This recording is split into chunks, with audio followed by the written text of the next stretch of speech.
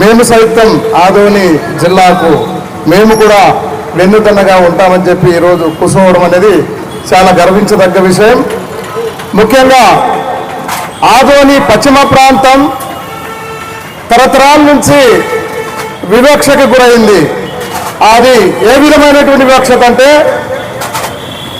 రాజకీయ వివక్షత, విద్యా వివక్షత, వెనుకబాటుతనం వివక్షత, ప్రాజెక్టులు పూర్తి కాలేనటువంటి వివక్షత, వైద్యం వివక్షత, అక్షరాస్యత వివక్షత అన్నీ కూడా ఆదోని పశ్చిమ ప్రాంతాన్ని ఆవరించింది.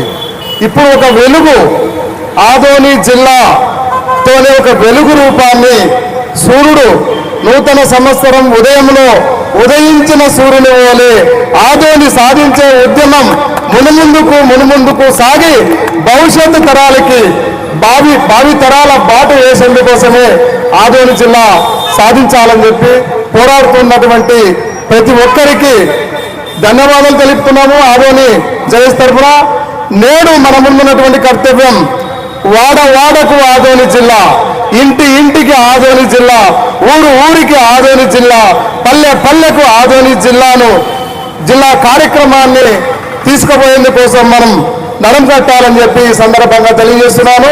అదేవిధంగా మన ఆంధ్ర రాష్ట్ర ఉప సభాపతి అయినటువంటి రఘురామకృష్ణంరాజు గారు మన ఆదోని మీద ఒక నిండు సభలో ఒక కామెంట్ చేశాడు.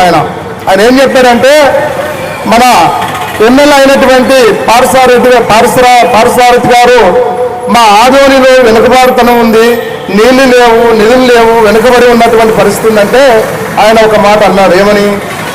ఆదోనిలో దేశంలో లేనటువంటి ఎక్కడ లేని సమస్యలు అక్కడే ఉన్నాయా, అంతేనా, అట్లున్నాయా, అదే మీరు ఆదోని గురించి చెప్తున్నారని చెప్తే మనం ఏమంటున్నామంటే ఆదోనిలో నగరడోన్ రిజర్వాయర్ ఆదోని పశ్చిమ ప్రాంతంలో శంకుస్థాపన చేశారు. 40 సంవత్సరాలు గడిచినా పూర్తి కాలేదు. వేదావతి రిజర్వాయర్ నిర్మాణం చేస్తామని చెప్పి శంకుస్థాపన చేశారు, పూర్తి కాలేదు. తర్వాత మెలుగునూరు ఎత్తిపోతుల పథకం ప్రారంభమైంది, బంద్ అయిపోయింది. సాతునూరు ఎత్తిపోతుల పథకం ప్రారంభమైంది, బంద్ అయిపోయింది. గురు రాఘవేంద్ర పూర్తి కాలేదు. మాధవరం కాలువ